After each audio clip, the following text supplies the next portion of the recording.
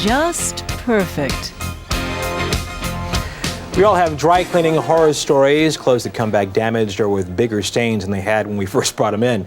But we've asked Wayne Edelman, the president of Meurice Garment Care here in New York City, to tell us how to find a dry cleaner who are going to keep our clothes looking just perfect. Wayne, it's good to see you. Nice to be here. First up, let's talk about dry cleaning. It's not actually dry, is it? No, people are under the misconception that dry cleaning is a dry process and clothes will go on a hanger through a box and get hit with dry cleaning rays. It's very similar to washing, only we use a solvent instead of water. You have an experiment right here you did earlier. Tell me about this. Stains come out of clothes the way they go in, so the solvent is a very good degreaser.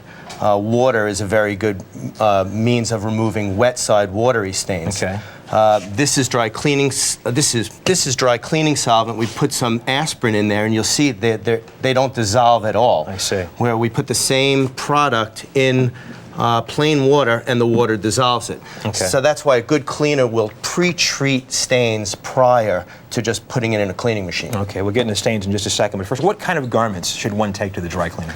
You know, a structured garment is definitely best dry cleaned. A garment like this that has an interfacing, that has a lining, that has shoulder pads, this is something that you should really leave to a professional. Whereas an unstructured garment like you know, this silk blouse and this care label actually says that you can hand wash it and line dry it at home. Okay. Now, what are the toughest stains to remove? Berry stains, wine stains, very, very tough. Mustard is a tough stain to remove.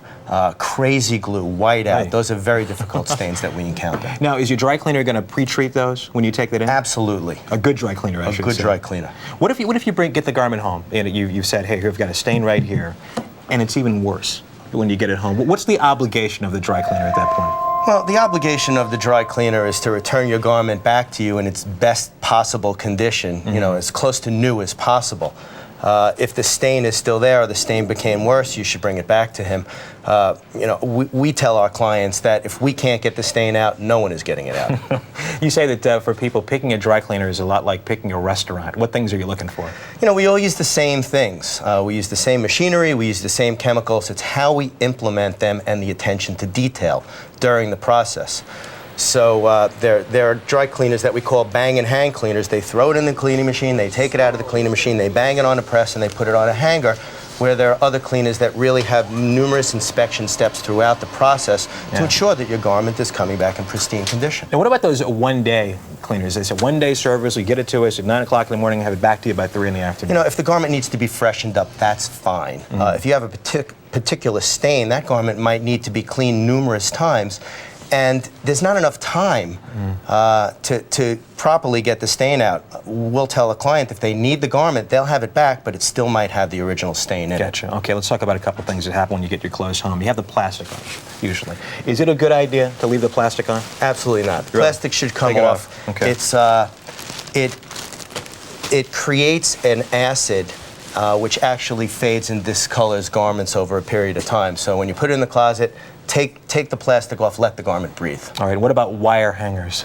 Wire hangers are a no-no. No wire hangers. No wire hangers. You want to put your clothes on a nice shaped hanger. It'll keep them looking nice and fresh, and when you put it on, they'll fit better.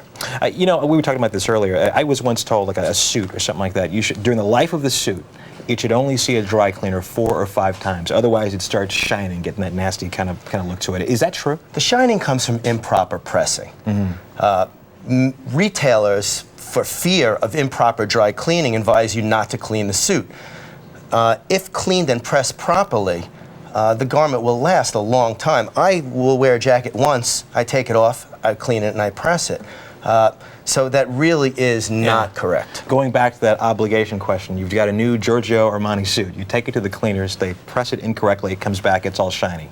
What do you do? Back to the cleaner. Really? It's the cleaner's responsibility, and the cleaner should own up to damaging the garment. There's actually, the National Cleaners Association has a laboratory which will identify whether or not the garment was mishandled or the problem is due to an inherent manufacturing problem. Does the cleaner, is he or she obligated to buy me a new suit at that point, or not necessarily? You know something, the cleaner accepts that your garment under a Bailey situation, just like when you bring your car to the mechanic. A, they should be properly insured, and B, as a responsible business owner, they should make good on whatever they damage. Wayne Edelman, thanks a lot. Good advice. pleasure. We appreciate it. Thank you. We're coming back. This is the Saturday Early Show on CBS.